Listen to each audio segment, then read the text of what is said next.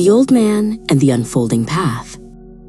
In a tranquil village nestled beside rolling hills, lived an old man named Hakim. His days were spent in quiet contentment, tending to his small garden and sharing gentle smiles with his neighbors.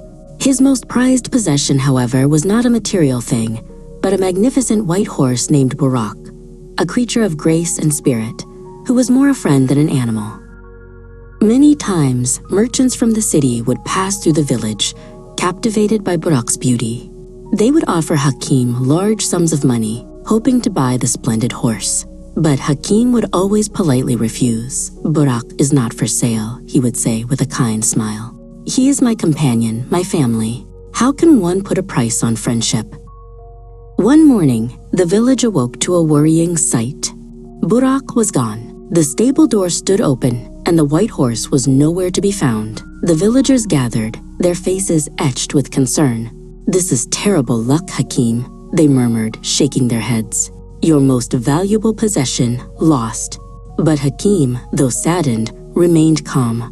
"Good luck, bad luck," he mused softly. "Who can truly say?" Days turned into a week, and the villagers continued to lament Hakim's misfortune. Then, one dawn, a joyous neigh echoed through the valley. Burak had returned, and not alone. Trailing behind him were 3 magnificent wild horses, their coats gleaming in the morning sun. The villagers quickly changed their tune. "Oh, Hakim, you are truly blessed," they exclaimed. "What incredible good fortune." Hakim simply smiled. "Good luck, bad luck?" he repeated, his eyes twinkling. "Who can truly say?" Hakim's son, Tariq, a strong and eager young man, was thrilled by the arrival of the wild horses. He decided to train one of them, a spirited stallion with a fiery gaze. During one of his training sessions, the horse bucked unexpectedly, and Tariq was thrown, landing awkwardly. His leg was badly broken. Once again, the villagers gathered, their expressions grim. "Such terrible luck," they cried. "First the loss of Burak, then his return with wild horses, and now your son is injured. This is a curse, Hakim." Hakim, tending to Tariq's leg, looked at the villagers with a gentle gaze. "Good luck, bad luck?" he said, his voice calm. "Who can truly say?" Weeks passed, and Tariq slowly recovered, though his leg remained in a cast, preventing him from walking without crutches. Then, a dark shadow fell upon the land.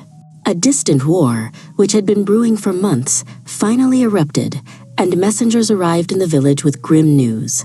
All young men, strong and able-bodied, were to be conscripted into the army. Panic spread through the village as mothers and fathers wept, knowing their sons would be sent to fight. But when the conscription officers arrived, they looked at Tariq's injured leg. "He is unfit for duty," they declared. "His injury prevents him from fighting." Tariq was spared. The villagers watched, stunned. The bad luck of Tariq's broken leg had, in fact, saved his life. They remembered their hasty judgments, their quick declarations of good and bad fortune. They looked at Hakim, who sat quietly, a knowing smile on his face. They finally understood his wisdom. Life, Hakim often reminded them, is a tapestry woven with threads of joy and sorrow, challenge and triumph. Each event, whether it appears good or bad, plays its part in the grand design. "Everything happens for a reason," he would say. "Do not judge too quickly, for what seems like misfortune today may be a blessing tomorrow." And so, the village learned the profound lesson of patience and perspective, understanding that true wisdom lies in accepting life's unpredictable flow.